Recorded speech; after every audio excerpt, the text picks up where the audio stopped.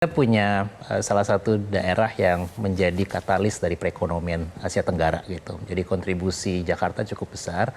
Cuma memang ada hal yang perlu diperhatikan. Yang paling dasar adalah open space yang sangat minim di Jakarta.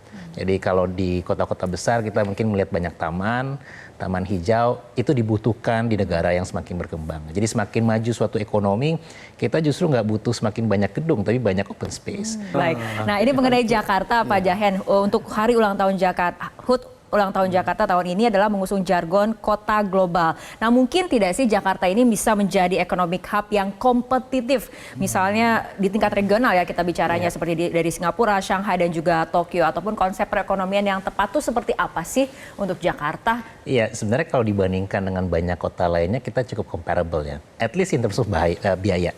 Biaya di Jakarta mungkin lebih mahal ketimbang di Shanghai. Tapi in any way, kita punya salah satu daerah yang menjadi katalis dari perekonomian Asia Tenggara gitu. Jadi kontribusi Jakarta cukup besar.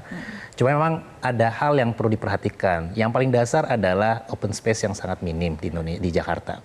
Jadi kalau di kota-kota besar kita mungkin melihat banyak taman hijau, itu dibutuhkan di negara yang semakin berkembang. Jadi semakin maju suatu ekonomi, kita justru nggak butuh semakin banyak gedung, tapi banyak open space.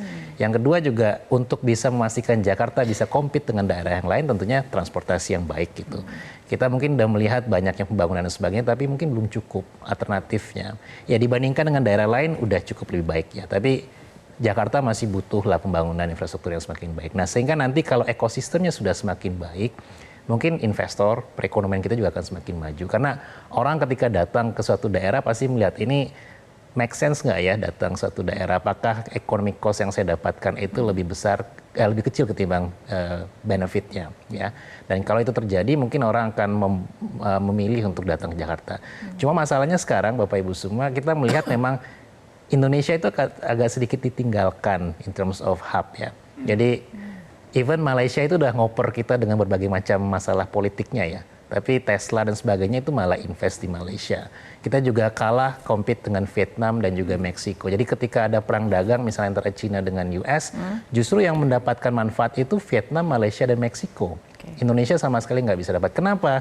Karena memang selain dari struktur ekonomi kita punya masalah di bisnis, ease of doing business, aturan yang tidak jelas dan sebagainya, dan juga masalah korupsi yang cukup besar gitu. Jadi ini membuat banyak orang mungkin agak sedikit hati-hati, cautious dalam melakukan investasi di Indonesia ataupun Jakarta, dan ini yang harus diperhatikan ke depan agar kita tetap bisa memastikan Jakarta tumbuh dan ada spillover ke daerah lainnya dimanapun itu. Baik, masih berbicara Jakarta, saya akan ke Prof. Jo. Jakarta ini kan menjadi provinsi dengan APBD terbesar, tapi ironisnya Jakarta termasuk provinsi dengan tingkat pengangguran yang tertinggi seperti itu, Prof. Jo. Nah, seberapa efektif sebetulnya supervisi keuangan daerah ini?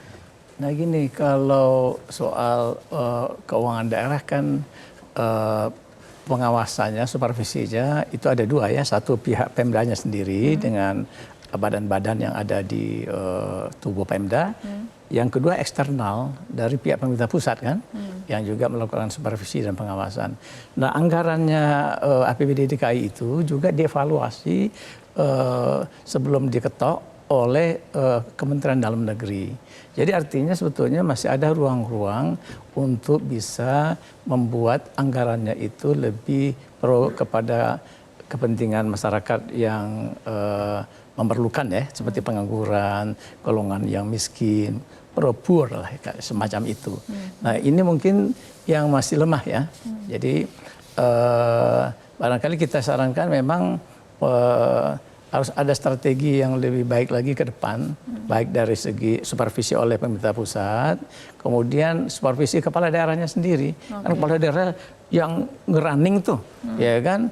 Nah, jadi dia harus in charge banget tuh. Kalau zaman beberapa gubernur ya di DKI itu diplototin tuh budgetnya APBD yang para SKPD mengajukan. Ya karena SKPD ntar beli ini beli itu ya kan. Sukanya yang belanja-belanja, yang beli barang, ya kan. Nah, jadi itu juga harus diubah. Kalau enggak mau jadi kota global. Kota global itu salah satu rumusnya adalah punya kehidupan yang livability-nya bagus, ya kehidupan orang di sana nyaman, bekerja bagus, ya. Jadi tingkat pengangguran rendah, misalnya seperti itu. Jadi harus ada perbaikan ke depan. Nah kuncinya kembali lagi, memang harus ada leadership yang bagus di Jakarta, ya, yang bisa menatanya ini. Kalau enggak berantakan. Oke, baik. Seperti biasa. Dan jangan diurus oleh PJ. Oke, ini perbincangan semakin menarik, tapi kita harus jeda berikut terlebih dahulu. Tetap bersama kami, pemirsa.